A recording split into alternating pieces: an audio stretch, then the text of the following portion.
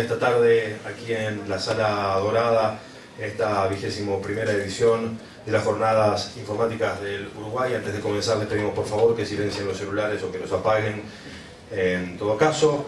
El tema es implementación del certificado de licencia médica en formato HL7 CDA R2 para el BPS. Con nosotros están para exponer Marcelo Delgado de IBM y Pablo Orefice de BPS. Bienvenidos, un gusto.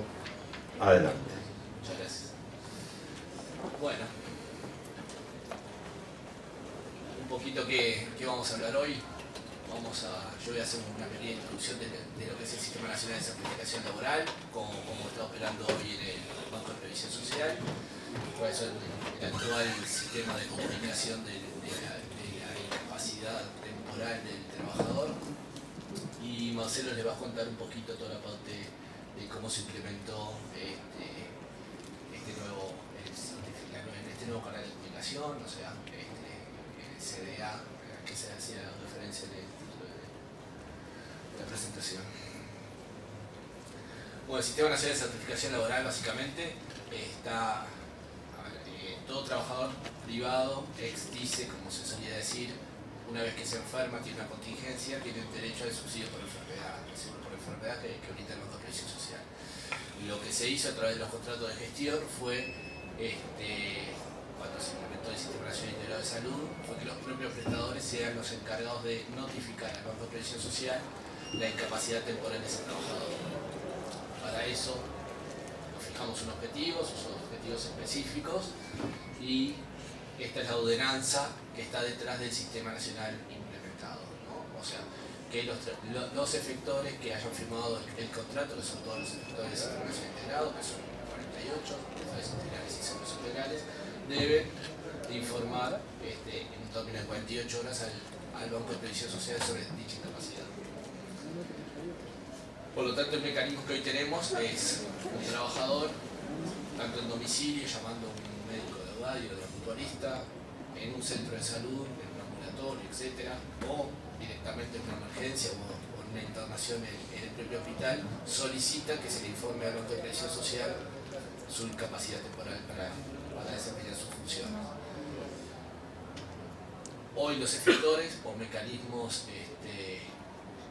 físicos ingresan, digamos, en el portal del BPS. El BPS, a través de su portal, expone un formulario electrónico para el ingreso de dichas certificaciones. Por lo tanto, cada prestador tiene armado cierta logística de lleva de formularios hacia un lugar, para que en ese lugar sea admisión, registros médicos o una oficina totalmente dedicada para esta tarea, ingresa a través del portal del BPS la certificación médica. Esa certificación médica, una vez que ingresa al BPS, queda a la espera de que la empresa confirme algunos datos, como el mismo día trabajado, remuneraciones, etcétera, del personal, y el usuario, o sea, el trabajador, el beneficiario del seguro, simplemente llamando al 1997, si los lapsos fueran los que estábamos exigiendo en la ordenanza, en 72 horas podría llamar y decir en qué local de cobro quiere percibir ese seguro.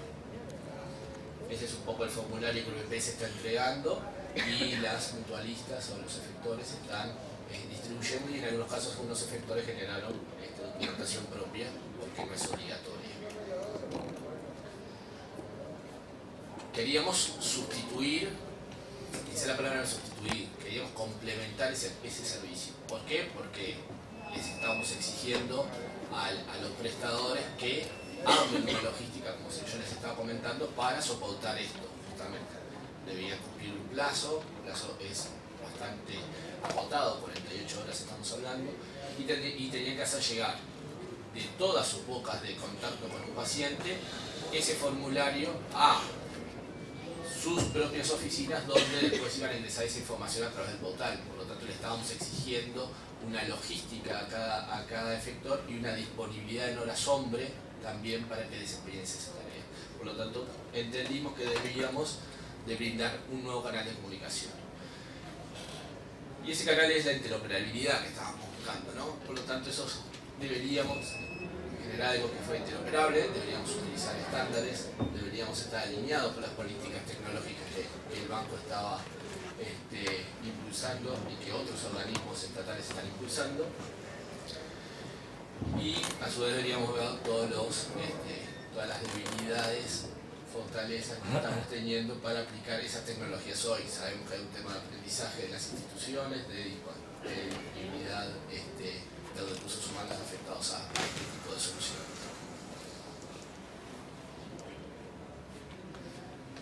Simplemente vamos a pararnos en una. Por ejemplo, para la aplicación de todo lo anterior debemos contar con OIDs. Cuando encaramos este tema, por suerte la GESIC había tomado el tema y es la raíz para Uruguay para el tema OIDs. OIDs no se aplica solamente a salud, se aplica a todo y es la forma que hay para identificar absolutamente todo lo que queremos identificar para el tema de interoperabilidad. AGESIC creó una unidad que es una OID. Esto lo voy a pasar rápidamente porque obviamente es de la AGESIC. Y ya se puede estar solicitando a esa unidad a través de la AGESIC un número que los identifica en forma unívoca, que eso es lo que nosotros estamos necesitando, que todas las instituciones se identifiquen de forma unívoca. La AGESIC es a todas las instituciones, a todas las personas, cada persona, cada uno de nosotros tenemos un número de identificación a través de un OID y a su vez a cada artefacto. O sea, artefacto puede ser esta mesa, puede ser un tomógrafo, puede ser un documento. Esta es la página de una OID de la GESIC para solicitar el registro. El BPS obviamente ya tiene uno. Entonces, suyo. Bueno, ¿Dejé con tiempo? Sí, suficiente. Bueno, entonces IBM, conjuntamente con el BPS, implementó una solución un poco para todo lo que planteaba Pablo recién. ¿Y qué fue lo que hicimos y qué es lo que estamos haciendo conjuntamente con BPS para llevar la certificación médica hacia un estándar, ¿no? y brindar esa interoperabilidad que mencionaba Pablo, entre otras características? Entonces, lo primero que tuvimos que hacer es, obviamente, tomar esa certificación que estaba en un papel o en un formulario web y traducirla al estándar HL7 CDA Release 2, que es el que estamos utilizando específicamente para representar este documento. No vamos a entrar mucho en detalle en lo que es el estándar, lo que significa el estándar, pero básicamente nos permite representar cualquier acto médico en un formato XML bastante conocido y que tiene ciertas restricciones y ciertas características que debemos obviamente respetar para que ese XML sea efectivamente un documento clínico o la representación de un acto clínico. Entonces ese fue el primer paso, tratar de modelar o representar lo que hasta ahora era la historia clínica, la certificación laboral en papel o en formulario web y llevarlo hacia un XML, en realidad hacia un CDA del estándar HL7. Ese fue el primer paso.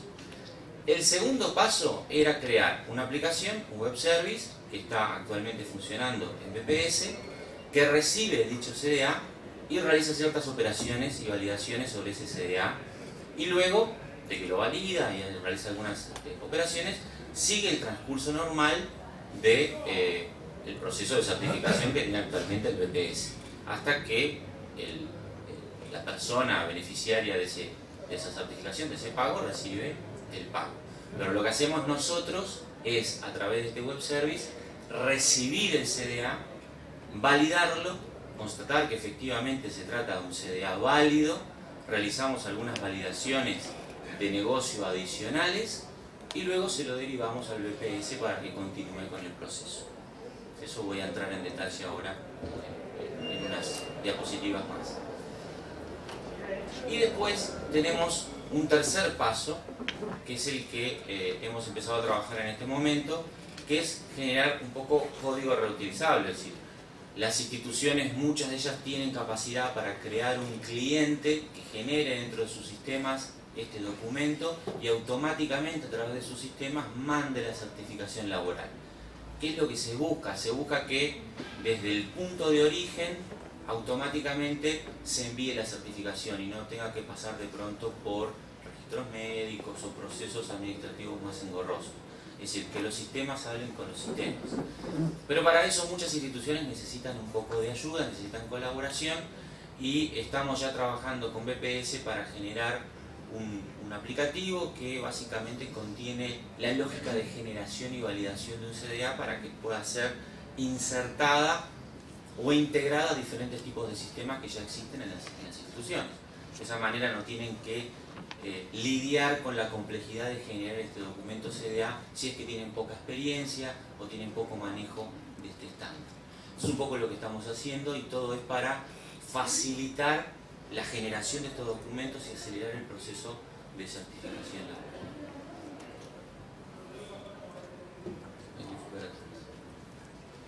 Esta es un poco la arquitectura que les comentaba recién.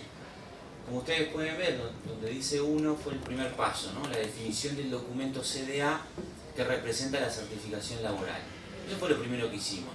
Conjuntamente con el BPS tuvimos una serie de reuniones viendo diferentes modelos, qué variables, cómo poner las variables, cómo utilizar el formato de la fecha, cómo trabajar con los campos mandatorios, etcétera, etcétera, hasta que al final llegamos a una definición de un documento que creemos es el más representativo de la certificación.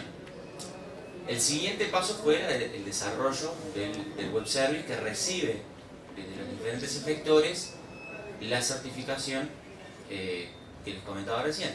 Ese es el punto 2 mencionado, eso ya está del lado del BPS, ya funciona dentro de los sistemas del BPS y ya está publicado. El componente que está antes, digamos, lo voy a marcar con el puntito rojo, este componente que está acá es un componente de seguridad. Bueno.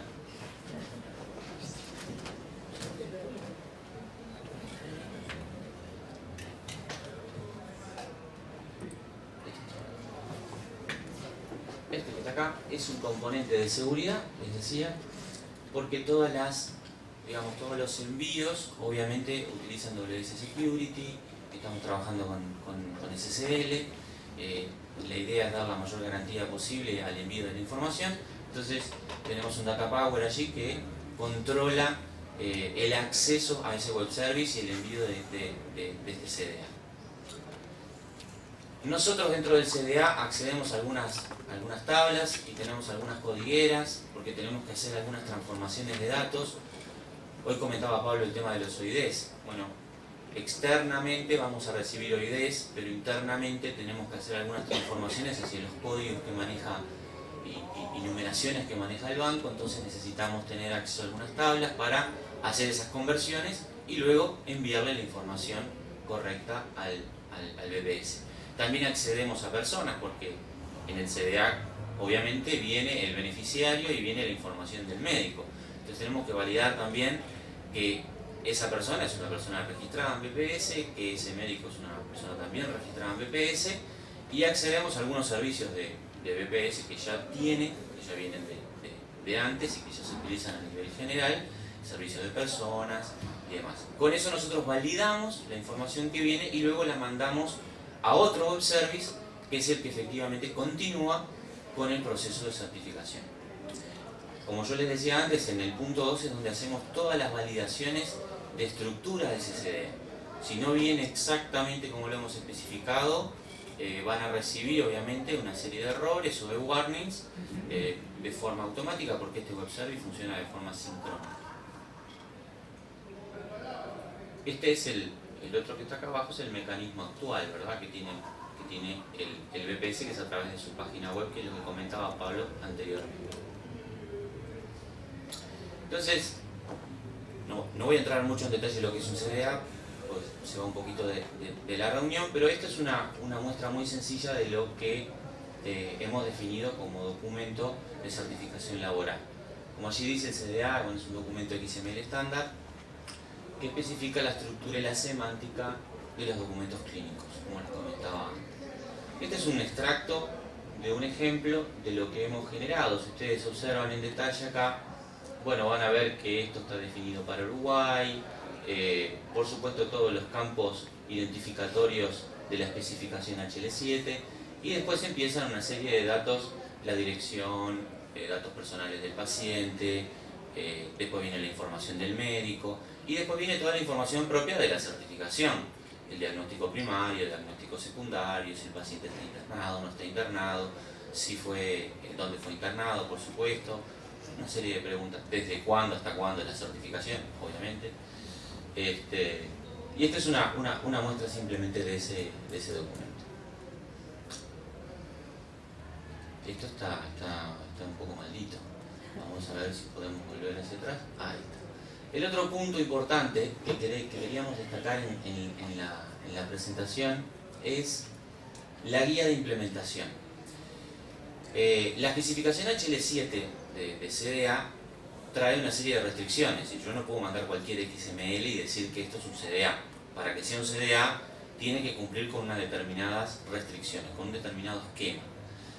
A su vez, cualquiera que implemente un CDA puede adicionar más restricciones.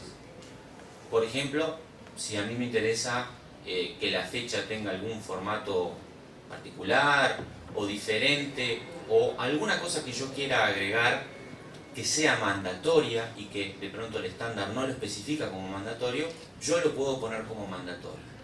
Esas restricciones se ponen todas reunidas en un documento que se llama la guía de implementación del documento. Cada documento CDA que se libera debería venir acompañado de la guía de implementación. Entonces, en conjunto con la definición del CDA, nosotros generamos este documento que es justamente donde se especifican todas las restricciones que tiene el CDA de certificación laboral. Cuando definimos el CDA, dijimos, bueno, hay una serie de cosas que nosotros no podemos dejar pasar y que tenemos que sí o sí validarlas porque si no viene tal o cual información, no lo podemos considerar como válido. Entonces, de por sí, HL7 eso me lo permitía como, digamos, opcional, pero BPS nos exigió que eso fuera mandatorio. Entonces eso lo pusimos como una restricción más en ese documento. Este documento, conjuntamente con un template del CDA, están publicados en el sitio del BPS, es decir, que cualquier efector, cualquier institución médica puede descargarlo y saber las restricciones a las cuales se va a tener cuando envíe este documento, cuando envíe la certificación. Como ejemplo, yo les traje acá una cosa muy sencilla, ¿no? Que es la restricción número 7 que habla de la fecha, ¿sí? En las guías de implementación siempre se utilizan los términos puede o debe en el sentido de lo que es más estricto o menos estricto. Cuando se pone debe, ese campo es mandatorio; cuando se pone puede, ese campo obviamente es opcional. En este caso nosotros estamos exigiendo que venga la fecha en que se realiza el acto de la certificación, que no corresponde con la fecha en la cual estoy certificando a la persona, que son otras fechas. Entonces, una de las cosas que pide HL7 es que, bueno, la fecha tenga un determinado formato, pero no exige que, por ejemplo, se tenga que poner la zona horaria. Pero BPS sí nos pidió que la zona horaria tenga que estar, necesariamente. Entonces nosotros lo agregamos como restricción. Si a mí me llega un CDA sin la zona horaria, yo lo voy a rechazar. Es un ejemplo para que entiendan cómo es el mecanismo de funcionamiento del envío del CDA y cómo funciona el web service cuando recibe un CDA. Entonces, eso es un poco referido todo a la definición del CDA. Ahora voy a hablar un poco de lo que es el web service y lo que hace el web service en sí. Como les decía, es sincrónico. Una vez que nosotros enviamos, automáticamente recibimos la respuesta. En la respuesta, ustedes van a ver que pueden recibir un OK o un error y una lista de errores y o warnings. Incluso pueden venir algunos warnings y la certificación estar OK. También tenemos seguridad, como les comentaba antes, tenemos un data power que exige usuario y password para el ingreso al web service y es todo por SSL. El registro del CDA. Eso es una cosa que discutimos mucho cuando estuvimos realizando la implementación conjuntamente con los técnicos de BPS. Nosotros CDA que viene lo registramos antes de hacer cualquier validación. Lo primero que hacemos es guardarlo. porque no queremos rechazar nada de lo que llega.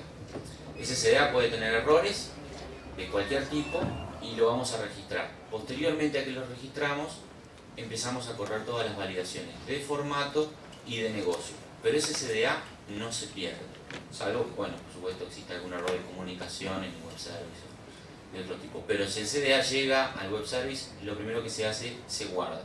Porque de pronto la institución puede hacer un reclamo, yo te lo envié, para mí estaba bien, bueno, y ahí obviamente tenemos que ir a mirar y a investigar qué pasó con ese CDA. Lo siguiente que hacemos es una serie de validaciones, que ahora voy a entrar en detalle qué hacemos. Realizamos transformaciones, como yo les decía, nos vienen OIDs, pero internamente BPS maneja las identificaciones de los efectores de manera diferente. Entonces necesitamos transformar esos OIDs a identificaciones que el BPS conozca. Entonces hacemos esas transformaciones antes de terminar el proceso. Hacemos una meticulosa auditoría de lo que estamos haciendo en cada paso, de modo de que si algún beneficiario o algún efector desea realizar algún reclamo con referencia al documento clínico, podemos ver toda la traza de lo que ocurrió con ese documento desde el momento que entró. Llamamos a otro servicio, como les comentaba antes, y devolvemos siempre una respuesta en forma sincrónica. Entonces, ¿qué validaciones hacemos? Es bastante importante. Lo primero que validamos, obviamente, es que sea un CDA. Si no es un CDA, ahí ya lo frenamos y devolvemos una respuesta de error que no es un documento estándar. Esa es la primera validación. Después tenemos algunas validaciones de formato ya nuestras, digamos, más específicas, que están identificadas en la guía de implementación que les comentaba antes. Posteriormente a eso hacemos una validación de identidad. Esto también fue muy interesante todo el análisis que hicimos de este trabajo, porque lo que estamos viendo es que eventualmente alguien podría mandar una certificación con una cédula, pero el nombre y el apellido que ponen es de otra persona. Entonces, en realidad, hay un error que tenemos que corroborar. Nosotros, con el número de cédula de la persona, verificamos en los sistemas de BPS de quién se trata. Traemos la información de nombre, apellido, primer apellido, segundo nombre, segundo apellido, y eso hacemos un matching con la información que viene en el CDA. Y ahí estamos corriendo un algoritmo de validación de identidad. Eso tiene que tener un porcentaje de exactitud. Si no tiene un porcentaje de exactitud que ya ha sido definido por BPS, el CDA también es rechazado, porque consideramos que la cédula de la identidad de la persona que viene no corresponde con el resto de la información. La tercera validación que hacemos es de negocio. Una vez que validamos toda la estructura, ya verificamos que las personas que vienen en el CDA son las correctas, el siguiente paso es hacer validaciones de negocio, es decir, si la información proporcionada por el médico o por las personas de registros médicos es consistente, si es correcta, si no falta ningún campo, por supuesto. Si pone fue internado, bueno, que indique dónde fue internado, por ejemplo. Y eso es básicamente lo que hacemos. Un ejemplo acá de lo que es el tema de identificación, un poco lo que comentaba también Pablo con los OIDs, ¿no? Acá hay un ejemplo típico de dos tipos de identificación. Uno es con la cédula de identidad y el otro con el pasaporte. Acá nosotros pusimos un ejemplo tomando como idea la Dirección Nacional de Identificación Civil, quien provee las identificaciones de los ciudadanos en el Uruguay. Entonces, como ustedes pueden ver en el slide, lo que tenemos es un root que identifica justamente a la organización que provee la documentación, y luego tenemos una extensión que habla efectivamente de cuál es el número, ¿sí? Y lo mismo para el caso del pasaporte. Tenemos el root que identifica a quién emitió ese documento y luego el número de documento. Esto es un ejemplo muy sencillo de cómo se provee la información de identificación en un documento CDA. Bien, no sé cómo voy de tiempo, vamos bien, ¿no? La respuesta del CDA, como yo les decía, el CDA, el web service es sincrónico. una vez que enviamos, automáticamente vamos a recibir la respuesta. Esto permite a cualquier otro sistema mandar la cantidad de CDA que quieran, en el tiempo que quieran, y eso la respuesta la van a recibir automáticamente. Entonces, lo que nosotros hacemos es devolver siempre un OK y un error. Y hay una lista de errores predeterminado, que eso no sé si está publicado, pero no sé. Pero que están identificados claramente de forma tal de que el efector puede redirigir esos errores, porque los números de identificación de errores son fijos. Entonces, de pronto, si es un error de determinada cosa, podría derivarlo a algún sistema. Si es un error de otra cosa, lo puede derivar a otro aplicativo, porque lo maneja otra gente. Entonces, esa lista de error obviamente es un mensaje también SOAP que devolvemos, y que es muy fácil de leer y recorrer. Lo importante es que eso le permite al efector analizar la información cuando se equivoque y procesarla correctamente.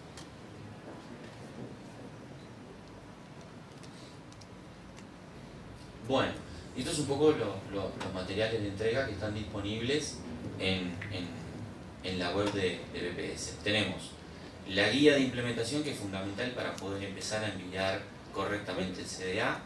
Hay un ejemplo del CDA, o sea, todo el formato del CDA con una persona de ejemplo.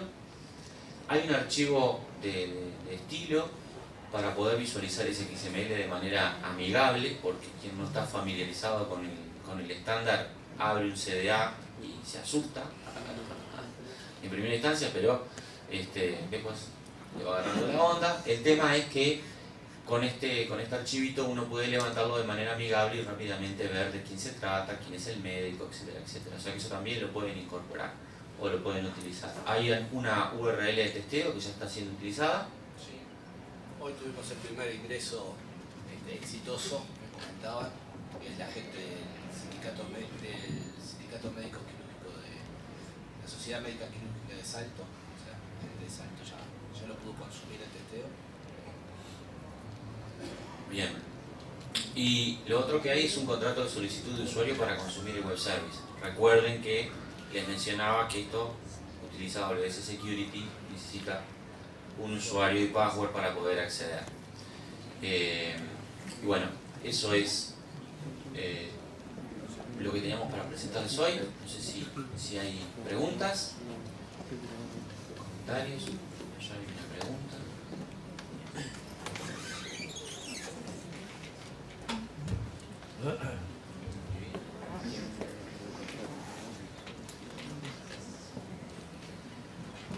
Gracias, buenas tardes.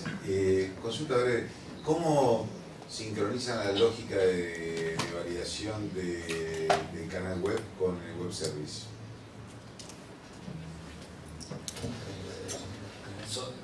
Son canales complementarios totalmente, ¿no? Ambos consumen la misma lógica de negocio, ¿no? O sea, es totalmente transparente a nivel de lógica de negocio que lo ingresen por el portal o a través de un CDA. Le van a pedir las mismas velas de validación, los mismos datos a ingresar mandatorios, los mismos datos opcionales. Por lo tanto, eso es lo mismo. Ahora, si yo ingreso dos certificaciones exactamente iguales por ambos canales, ambas son recibidas. Obviamente se procesa siempre una, y siempre se procesan los periodos que tengan el menor día y el mayor día. O sea, se complementan todos los periodos mientras sean continuos y tenga la lógica de la altura que está definida.